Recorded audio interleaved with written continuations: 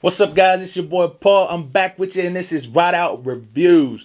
And today is Throwback Thursday, and the video that we are reviewing is A Beautiful Mind. So let's jump into it. A Beautiful Mind stars Russell Crowe, Ed Harris, Jennifer Connelly, Christopher Plummer, and Paul Bettany. A Beautiful Mind is about John Nash, a brilliant but asocial mathematician, and after accepting a secret work in cryptography, his life takes a turn for the nightmarish. I gotta admit that I'd never seen this before, but I knew kind of the premise of what was going on. And so when I started watching it and I started noticing things, I could see it already happening.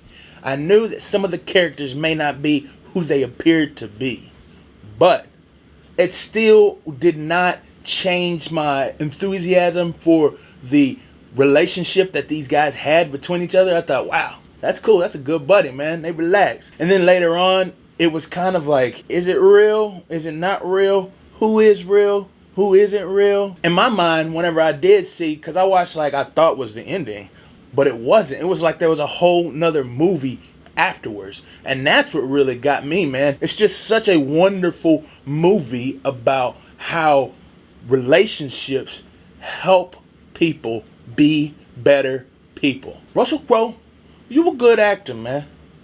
What happened to you?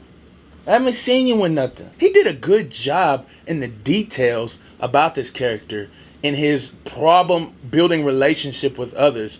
How he would be looking to the ground, having a little fidgety, and then also just his exorbitant hubris, because he was just so prideful in who he was, man. This dude, John Nash, dang.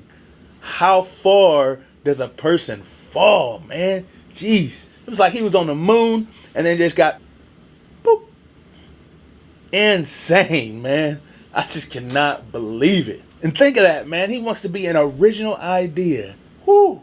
We all have that drive inside of us, I guess, to do something, and he actually did it. It's so funny that after all of the things that's happened to him, he got recognition for that. You see, to me, I think the most powerful thing in his life is how he moved past his disease, in that he continued to embrace who he was and deny what he didn't want. It's like he said, you feed your dreams and your nightmares, and if you don't, they die. This show's packed full of wonderful stuff. Cinematography's beautiful. When I first started watching, I was like, feels like I'm in an old time, because it was old time, 1947. And so the film and the way it was shot just looked of that time frame. I like whenever dude picked up the remote and he just looked at her, he's like, wow, this is pretty good. This is amazing. But what was so fun about it was, it's just a small TV. It was a little bitty tiny baby TV. Now we got TVs, like 100 inches flatter than a pencil. Man, it's so insane to see the difference from then to now, man. I really enjoy the relationship that John had with his wife, and then her openness and struggle. See, Ron Howard is a great director. At first I was thinking, man, he's really flying by a lot of scenes that's going on in this guy's life. So it's a really fast movie, and I thought, we ain't gonna stay on that very long. But then I understood why he did those things. It's because he wanted to expand upon this dude's entire life, which I didn't know when I went into it. I just knew just a little bit about it. And so for me, actually, it kept me engaged in the movie, when normally all of the details might have bogged me down. That relationship with his wife. Oh, that scene where she's talking about, sometimes I just feel like I am just obligated. That's the words you never want to hear. Obligated. But she said she really knew him sometimes, but she could see him and remembered the man she loved, and then that would bring out the woman whom he loved. Ooh, man, I'm just all about that love, man. It's a beautiful thing when people get together and they make each other better. And because she trusted in her husband, because she strengthened him in his weakness, that's what marriage is about, man. Woo!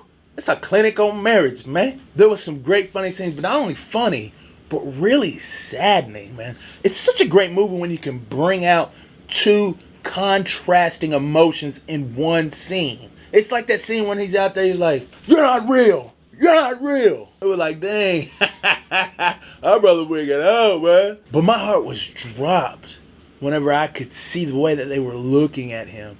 And then at the same time, he was talking to his wife about it. And she just said, "Try again tomorrow and you can do it." Wow. Man, that's beautiful, dude. That is beautiful. Great work, Ron Howard. Great work, Russell Crowe. Great work, Jennifer Connelly. Great work, everybody involved. Was there any bad? The only thing is maybe speeding through a lot of the guy's life during the movie, because I really was interested in who he was and what he did. But I have to caveat that with the fact there was so much going on that it would have been like a 3.5 hour movie. And then some of the scenes that tried to cover up his delusion, I felt like maybe projected that delusion too much. Now, that could just be because my mind already going into it, because I did see that one scene where he said, "She doesn't ever age. She doesn't ever age." And so I knew what was going on. And it may not have projected itself out that way if I was just watching. Because I believe the best movies, when you watch it a second time, you can clearly see how those things add up. But the first viewing, you don't. And my first viewing of it, I could see it already fixing itself for the end of the movie. What am I going to rate it? Man, you know I got to rate this movie a 4.5 out of 5 R's. Dude, this was good. Storm Shadow, I'm glad you let me watch this video because it is one for the ages. Is it redeemable?